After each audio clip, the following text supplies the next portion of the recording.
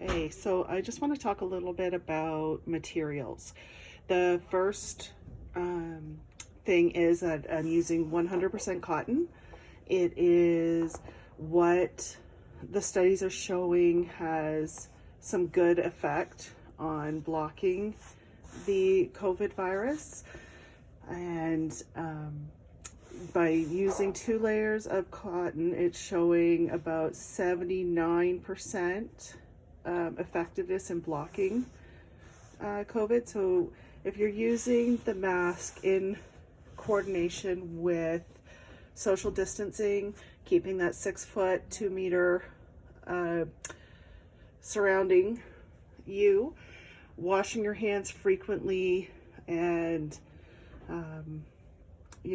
all those, not touching your face. The masks are great for keeping you from touching your face too.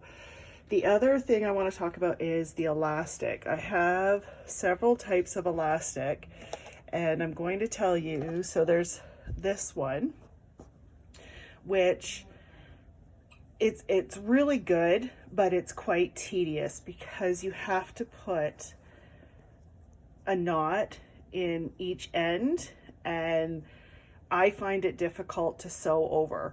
It's not impossible, and it can be done quite easily. Well, not easily.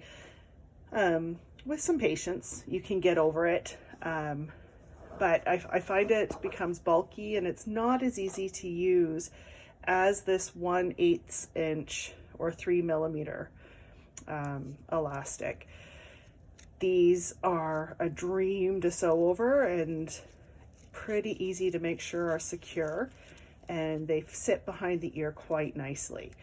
So that's just a little bit about the materials, and really, other than a sewing machine and thread, that's all you need: elastic and 2 pieces of fabric, which I'm going to get cut here now.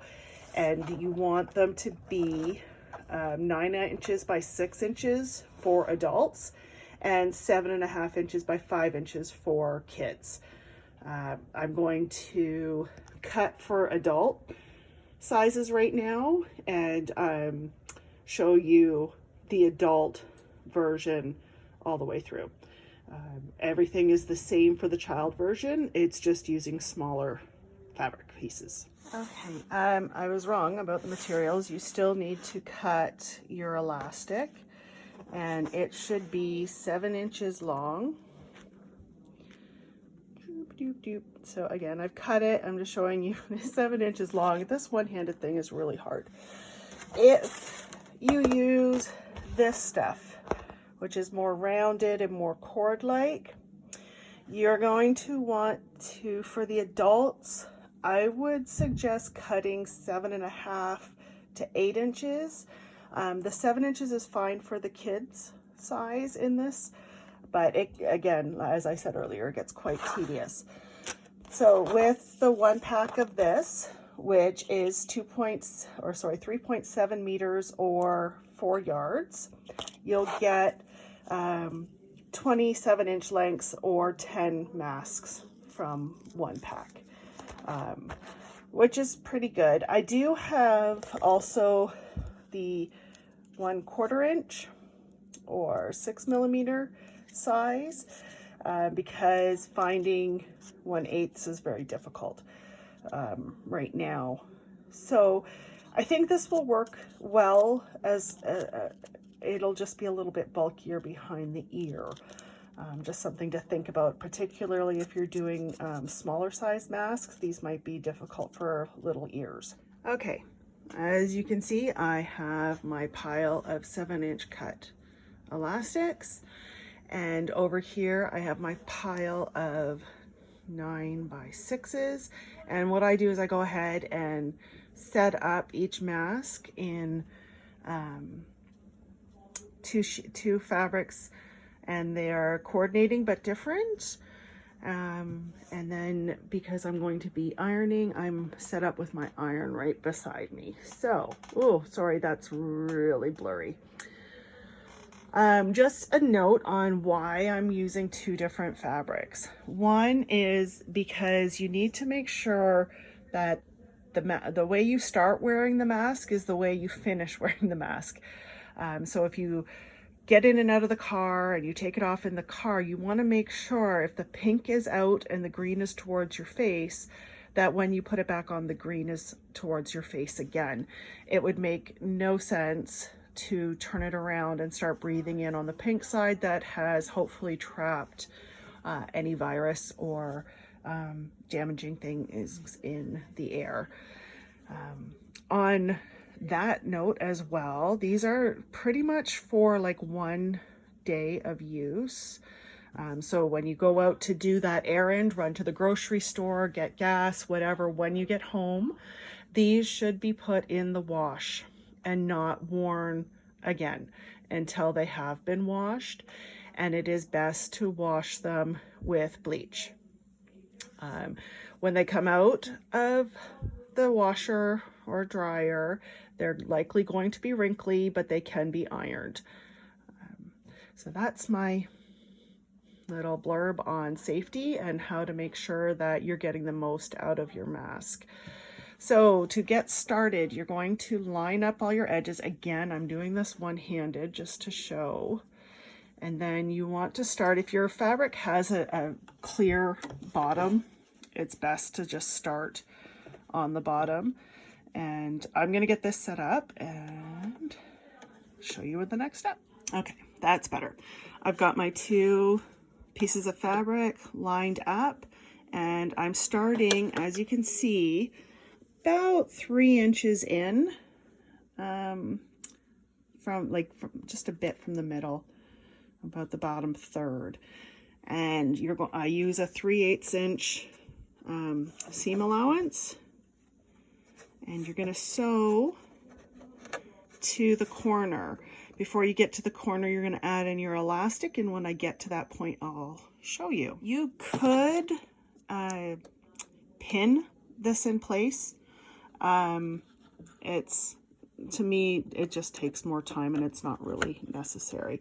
So you're going to put your elastic flat and kind of on an angle in the corner, just like that, and hold it, and you're going to stitch over it and reverse and go forward again a couple times just to make sure that elastic is secure. And then with your needle in the down position, you're going to raise your presser foot and turn your fabric. Oops, I'm a little bit over. I'll adjust that very carefully. I'm just going to raise that up and bring it over and make sure that I'm lined up on the 3/8 inch. And then I'm going to lower my presser foot again. And again, same thing as when I came down here. I'm going to sew over the elastic, reverse, and go back over it again. And then I'm going to bring it down to here where I'll join the elastic on this corner. So I'm just going to lift up the 2 slices of fabric, pieces, and then bring that piece of elastic down again on an angle between the 2 pieces of fabric, sew over, reversing over to secure it again. And this is where, if you have the ropey kind of elastic that you need to tie a knot in, you want to make sure that that knot comes out past this corner. That's what's going to make sure that this elastic is secure, and if it does, a stitch comes loose or the stitch misses it for some strange reason, if it's pulled, hopefully that knot is going to be big enough that it's not going to get through the stitches. And in this corner again, you're just going to needle down, twist your fabric, turn your fabric, lower your presser foot again, and you're going to continue to the next corner where we'll add elastic again. Okay, and again, you're going to take a new piece of elastic, you're going to put it into the corner, laying down your fabric again and going over it, reverse and over it again. The reason why you want to secure the elastic is because this is a weak point in the mask, and if you pull too hard on the elastic, you could pull it straight through, but by reinforcing that stitching, you're going to make sure that the elastic stays put where we want it. That I did the other 2, And I'm going to continue down here where I will add the elastic. And final time, elastic into the corner, 2 layers of fabric, stitch over it, reversing a couple times, and then needle down, lift your presser foot, rotate your fabric 90 degrees, and then continue sewing on. And here's the part you don't want to forget is you're on the final edge again. You can see where we started stitching here. We want to leave a good 2 inches to be able to turn this out. So you want to stitch to about this point right here, and then we'll be able to turn it out and iron it, which will be our next steps. Okay, there we are. It's all sewn, nice little rectangle, and here's our opening to pull out. I made that a little bit small, but it'll still come out. And then again, one-handed, we're going to turn it out. You just get that one corner out, and then you can pull the elastic to get the other side out. And again, one-handed. I've got one side out, and then just kind of reach in and find that other elastic, like this. And then you can pull it out the rest of the way. Okay, now that it's all turned out, you're gonna wanna get it as flat as you can and get the edges nice and taut as much as you can. And then you're going to make sure that this open edge is kind of turned under evenly, and then you're going to press over. Oh, that was probably not good switching the direction on you. I'm sorry about that. Is this the way I've been doing it? I hope. So, oh, my iron had cooled off. So then you're just going to iron it and get this nicely ironed. And there we go. Ironed and ready for stitching. Now we're going to come back to the sewing machine, and we're just going to top stitch the long edges at 1/8 of an inch. And if we can catch that elastic again, just to secure it one more time, all the better. And you're just going to top stitch from one corner to the other on the long side. There we go. That's one edge top stitched, one side to the other, and that closes off our opening there. And then just for uniformity and because it looks nice and it'll also help when laundering, I'm going to top stitch the other side as well. Okay. So there it is, both sides top stitched. Now comes the somewhat tricky part. I'm going to show you 2 ways of doing this. I'm going to try and do this and film it at the same time. You might have to bear with me as I try and figure out how that's going to work. But now we're going to put in 3 pin tucks or pin pleats here. And basically it's just going to be a pleat like that 3 times down.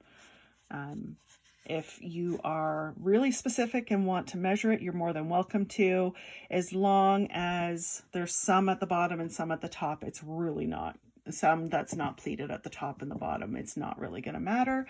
So the first thing I'll do is I'll do the pleats with the pins in place. So let me just